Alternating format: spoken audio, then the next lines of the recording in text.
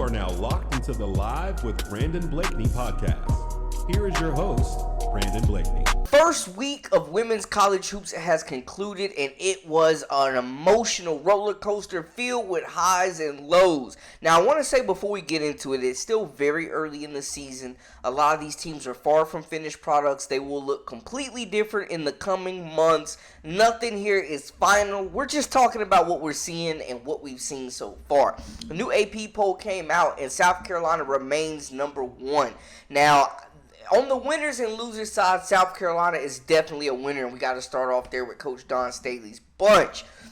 For one, they have the best win in the entire country, the only team to play and beat a top 10 team in the country when they knocked off number 9 NC State in impressive fashion. Now, we've grown accustomed to seeing a certain style of brand of basketball at South Carolina where they always have a dominant big that is the number one option that commands a double team that opens it up for shooters around them. This season, there are a lot of bigs. The depth is there. But the star power isn't what we're accustomed to seeing. There's none of these players have assumed the number one alpha position, the go-to scorer for this group. We have not seen a Camila Cardoso or a Leah Boston arise out of this talented front court, deep front court, but there's not a number one true low-scoring post option that's going to command a double team. Game 1, they had Chloe Kitts, who looks like she's in for a breakout year. 19 points, 14 rebounds in their first game. She seems like she could be ready to take on that number one scoring option. She's shooting 50% from the field, can shoot the three, extend the defense, open things up. She can get it off the dribble. She's looked super aggressive on the boards, and she's put on some muscle as well. So I think she is the most likely candidate to break out and be that number one scoring option. But they had to play this top 10 matchup without her. She was out for academic reasons, which we found out. One was a major loss, but two, it's only for one game. When I went live the other day, we didn't know for sure how long she would be out. So Chloe Kitts will be back for their next game, which is big news. But Tessa Johnson is out now for this group, and she tweaked her ankle, only played 9 minutes in the last game. So that's kind of like a loss as well. You get Ashlyn Watkins back. You lose Chloe Kitts. You get Chloe Kitts back next game, but you lose Tessa Johnson. Will the injury bug be an issue for South Carolina? Will we see them at full strength before their next mega matchup? Because they have a daunting schedule coming up for sure.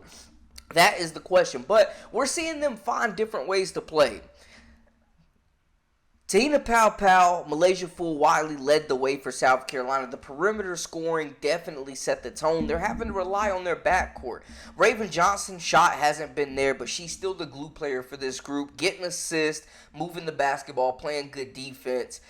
Breezy Hall kind of still finding her way this season. But Tahina Powell, Malaysia Fulwiley are definitely ready to play. And they got to find some more minutes for Fulwiley for sure.